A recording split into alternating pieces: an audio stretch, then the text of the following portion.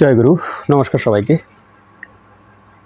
আশা করছি গুরুর কৃপায় সবাই ভালো আছেন, সবাই ভালো থাকেন, সেটাই কাম্য। গুরু যেন সবাইকে ভালো রাখে সে আশায় ব্যক্ত করি। সেই সাথে আমার জন্য একটু আশীর্বাদ করবেন, গুরু যেন আমার স্থূল দেহকে এই দেহ লয় হওয়ার পূর্ব মুহূর্ত পর্যন্ত ভালো রাখে। সেই সাথে দীর্ঘদিন যাবৎ আপনারা আমাকে যারা সাপোর্ট দিয়ে যাচ্ছেন, আপনাদের কাছে আমি চিরকৃতজ্ঞ। এবং যারা এই চ্যানেলে নতুন এসেছেন আপনাদেরকে সুস্বাগত। এবং আমার সর্বোদয় বিজ্ঞানের লাইভ ক্লাস সেটা শুরু হয়ে গেছে, দ্বিতীয় ব্যাচ সেটাও শুরু হয়ে যাবে। তো আমি এখনও ডেট এবং টাইম দেইনি দ্বিতীয় ব্যাচে। যারা সর্বোদয় বিজ্ঞান শিখতে চান অবশ্যই আমাকে নক করবেন। আমাকে নক করার জন্য আমার কন্ট্যাক্ট ডিটেলস, আমার phone number, Facebook page link, imo, WhatsApp, Telegram number সমস্ত কিছুই ভিডিও ডিসক্রিপশনে দেওয়া আছে। যারাই আমার সাথে যোগাযোগ করতে চান অবশ্যই আমাকে নক করবেন, সেখান থেকে নাম্বার উঠিয়ে নিয়ে বা ফেসবুকে বা যে কোনো জায়গায় আপনি আমাকে কমেন্টস করতে পারেন। অনেক সময় ফোনে পাওয়া যায় না, কারণ বিভিন্ন ব্যস্ততার দরুন, কিন্তু একটু পরে হলেও আমি তাকে রিপ্লাই করি। তো যারাই দম সাধনা বা সর্বোদয় বিজ্ঞান শিখতে চান তারা অবশ্যই আমার সাথে যোগাযোগ করবেন। তো আপনারা জানেন সর্বোদয় বিজ্ঞান নিয়ে আমি অনেক ভিডিও দিয়েছি, অনেক।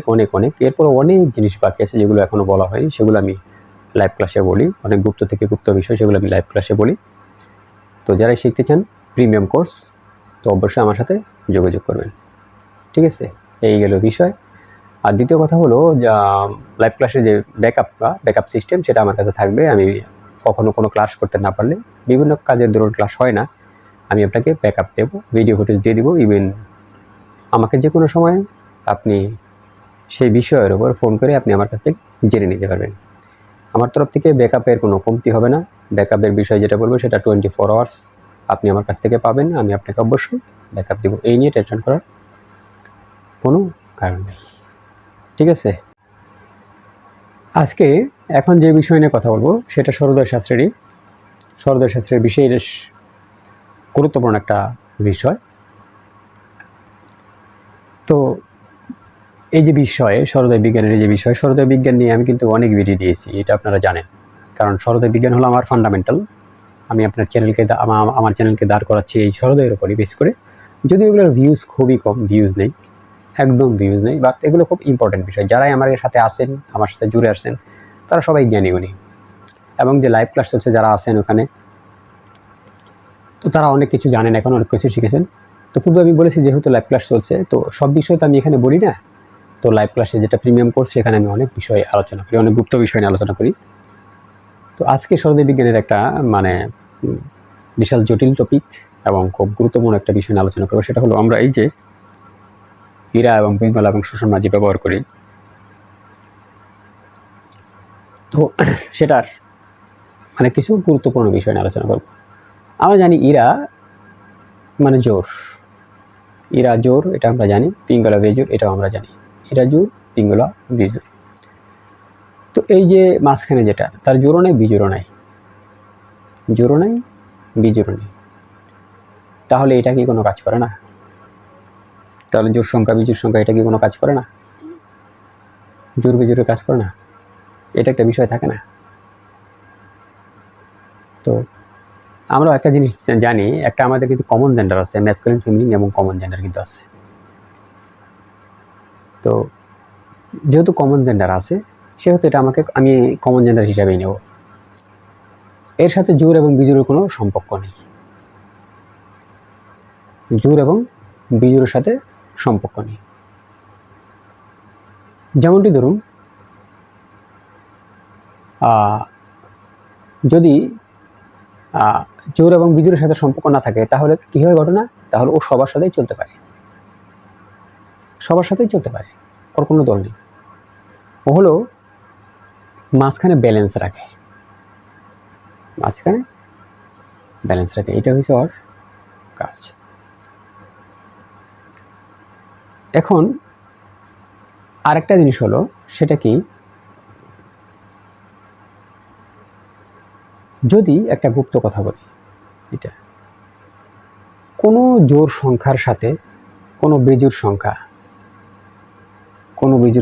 জুড়ে দেই, কোনো জোর সংখ্যার সাথে কোনো বেজোর সংখ্যা জুড়ে দেই, সেটা কিন্তু বেজোর সংখ্যাই হয়ে যাবে। কোনো জোর সংখ্যার সাথে কোনো যদি বেজোর সংখ্যা জুড়ে দিই সেটা বেজোর সংখ্যা হয়ে যাবে। 12-র সাথে 11 জুড়ে দেন, বিজোড় সংখ্যা হয়ে যাবে। ঠিক আছে, আবার 13-র সাথে 12 যোগ দেন, বিজোড় সংখ্যা হয়ে যাবে, বিজোড় সংখ্যা হয়ে যাবে। আর জোড়ের সাথে যদি জোড় সংখ্যা দেই তাহলে কিন্তু আবার জোড় সংখ্যা হয়ে যাবে। দেখেন একটা কাউন্ট, একটা বিষয় বলছি, জটিল বিষয়। জোড়ের সাথে যদি জোড় সংখ্যা দেই তাহলে জোড় সংখ্যা যাবে, আবার জোড়ের সাথে যদি বিজোড় সংখ্যা দেই তাহলে বিজোড় সংখ্যা হয়ে যাবে, আবার বেজোড়ের সাথে যদি বিজোড় দেই তাহলে আবার জোড় সংখ্যা হয়ে যাবে। একটা বিষয়টা একটু জটিল না, একটা অন্যরকম বিষয় না? যদি জোরে জোর দেই তাহলে জোড় সংখ্যা হবে, যদি জোরে বিজোড় দেই তাহলে বিজোড় সংখ্যা হবে, আবার যদি বিজোড়ে জোর দেই তাহলে জোড় সংখ্যা হবে,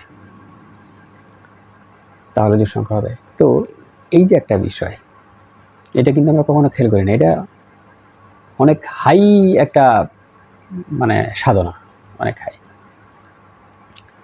তো এইখানে যখন জোড় আর বিজোড় মিলল তখন বিজোড় হয়ে গেল, জোড় আর বিজোড় যখন মিলল তখন কিন্তু বিজোড় হয়ে গেল। তো এই যে বিজোড় হয়ে গেল, দ্যাট মিনস কি 3 ডাইমেনশন, তিনের খেলা, তিনের খেলা। 3 হতে 2 বাদ দিলে 1-এর খেলা, 1 ও বিজোড়। 3 হতে 2 বাদ দিলে 1-এর খেলা, 1 ও বিজোড়। তো এটা হচ্ছে প্রকৃতির খেলা, এটা হচ্ছে প্রকৃতির বিশাল একটা গণিত। তো এত বিষয় আমি এখানে বলতে পারবো না, প্রকৃতির বিশাল একটা গণিত। তো ওই 3-এর অঙ্ক এবং 1-এর অঙ্ক যদি আপনি বুঝতে পারেন, 3-এর অঙ্ক এবং 1-এর অঙ্ক যদি আপনি বুঝতে পারেন, সেটা আপনার নাসিকা দ্বারা হোক বা এমনিই হোক। নাসিকা দ্বারা যদি আপনি 3 নিয়ে খেলতে পারেন তাহলে আপনার জন্য বিশাল একটা ব্যাপার, বিশাল আপনি সাধক হবেন। নাসিকা দ্বারা যদি আপনি 1 নিয়ে খেলতে পারেন তাহলে আপনি বিশাল একটা সাধক হবেন, এবং নাসিকা দ্বারা যদি আপনি জোর নিয়ে খেলতে পারেন তাহলে আপনি একটা বিশাল সাধক হবেন, বিশাল একটা সাধক হবেন। তো এটা হচ্ছে ইরা পিঙ্গলা শোষণের একটা খেলা। ইরা পিঙ্গলা শোষণায় যদি আপনি সাধনা করতে চান তাহলে এই 3-এর যে মুক্তভেদ, 3-এর যে অঙ্ক বা 1-এর যে অঙ্ক বা জোর বিজোড়ের যে অঙ্ক, জোর বিজোড়ের যে গণিত, সেটা আপনাকে একটা শুদ্ধ চৈতন্য গুরুর কাছ থেকে জ্ঞান অর্জন করতে হবে, শুদ্ধ চৈতন্য গুরুর কাছ থেকে। যদি আপনি একবার এটা ধরতে পারেন, যেটা আপনার 100 বছর সাধনা করতে লাগে সময়, সেটা গুরুর কৃপা হয়ে যেতে পারে আপনার 1 মিনিটেও, সেটা গুরুর কৃপা আপনার 1 মিনিটেও হয়ে যেতে পারে, যদি আপনি তার সময়, কাল বা একটা তপজপের যে সিস্টেম সেগুলো আপনি বুঝতে পারেন, সেগুলো আপনি বুঝতে পারেন।